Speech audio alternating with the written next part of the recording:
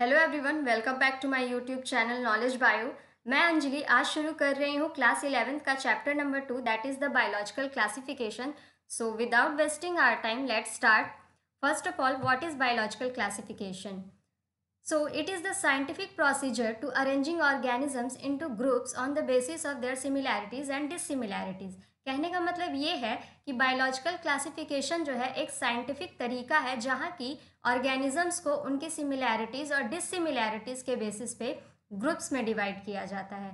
Fine, now the question arise here, why did we need the classification? हमें classification की ज़रूरत क्यों पड़ी?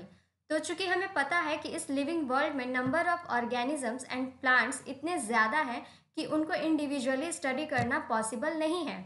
सो to know about the particular organisms, their group, their similarities and dissimilarities, their characteristic feature, we do the classification.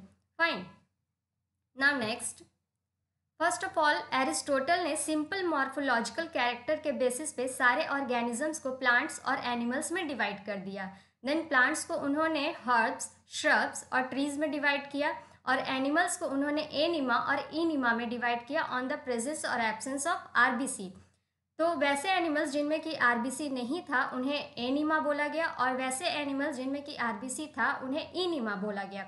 और herbs, shrubs और tree तो आपको पता है, हर्ब्स जो होते हैं वो छोटे होते हैं और इनमें ब्रांचिंग नहीं होती है। श्रब्स जो होते हैं वो हर्ब्स के कंपैरिजन में थोड़े बड़े होते हैं और इनमें ब्रांचिंग होती है। और ट्रीज बहुत बड़े बड़े पेड़ को कहा गया। फाइन, नेक्स्ट जो है वो कार्लस लीनियस आए और उन्होंने टू किंगडम क्लासिफिकेशन सिस्टम दिया। उन्होंने सारे लिविंग ऑर्गेनिजम्स को प्लांटी और एनिमेलिया में डिवाइड किया।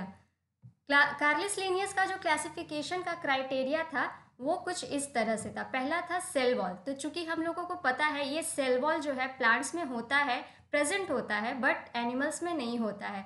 सेकेंड है लोकोमोशन। लोकोमोशन जो है वो एनिमल्स में होता है बट प्लांट्स में नहीं होता है। थर्ड है mode of nutrition. Mode of nutrition ये जो है एनिमल्स में एनिमल्स जो है अपना खाना खुद खाते हैं बट प्लांट्स ऐसा नहीं कर पाते हैं। फोर्थ है रिस्पॉन्स टू एक्सटर्नल स्टिमुलाई। कहने का मतलब ये है कि विंड, टेम्परेचर, एयर, इन सब का प्लांट्स और एनिमल्स पे क्या इफेक्ट होता है या क्या इफेक्ट पड़ता है, इस बेसिस पे भी उन्होंने क्लासिफिकेशन सिस्टम दिया।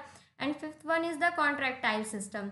कॉन्ट्रैक्टाइल सिस्टम जो है वो एनिमल्स में होता है बट प्लांट्स में नहीं होता है। Contractile system basically cell shape को मेंटेन करके रखता है।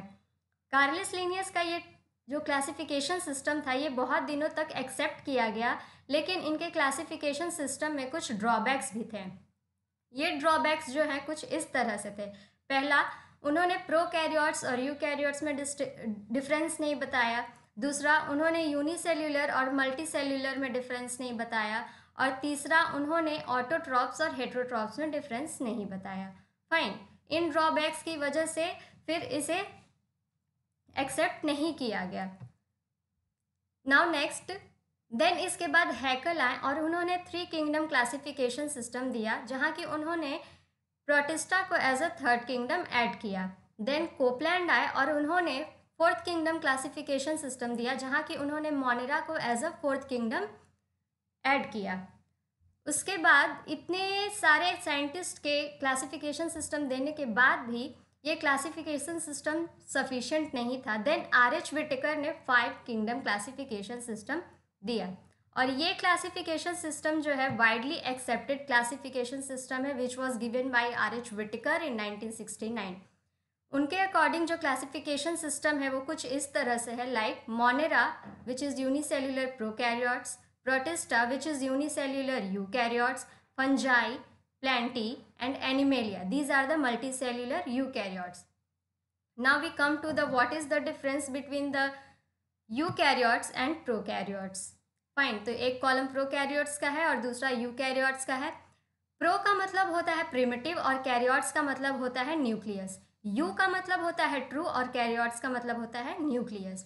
तो पहला पॉइंट जो है प्रोकैरियोट्स में है कि इसमें जो न्यूक्लियस होता है वो प्रिमिटिव टाइप का होता है, बट यूकैरियोट्स में ये न्यूक्लियस वेल डेवलप्ड होता है।